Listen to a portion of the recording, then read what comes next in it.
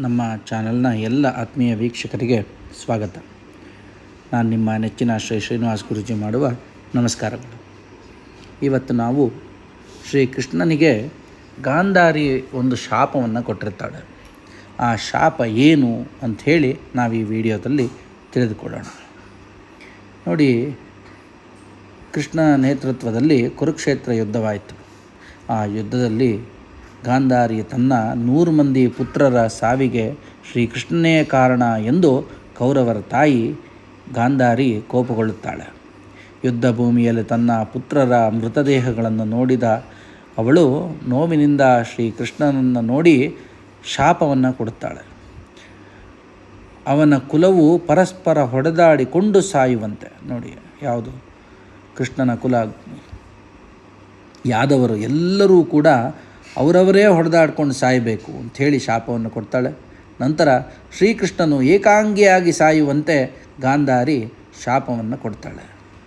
ಈ ಶಾಪದ ಫಲವಾಗಿ ಶ್ರೀಕೃಷ್ಣ ಗಾಂಧಾರಿಯ ಶಾಪವನ್ನು ಸ್ವೀಕರಿಸುತ್ತಾನೆ. ಅದರಂತೆ ಕೃಷ್ಣನ ವಂಶದ ಯಾದವರು ಪರಸ್ಪರ ಹೊಡೆದಾಡಿಕೊಂಡು ಸಾಯ್ತಾರೆ.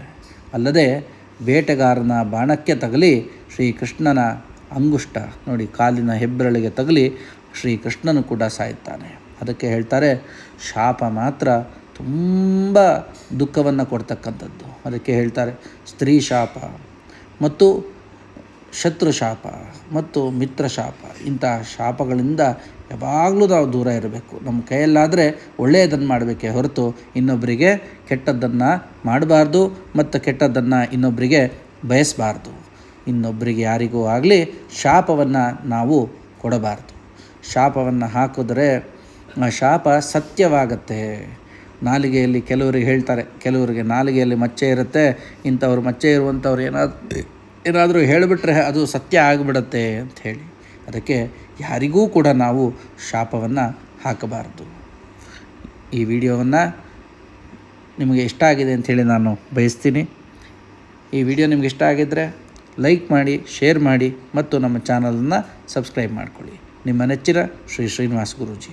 ಜೈ ಶ್ರೀರಾಮ್. ಎಲ್ಲರಿಗೂ ಒಳ್ಳೆಯದಾಗಲಿ.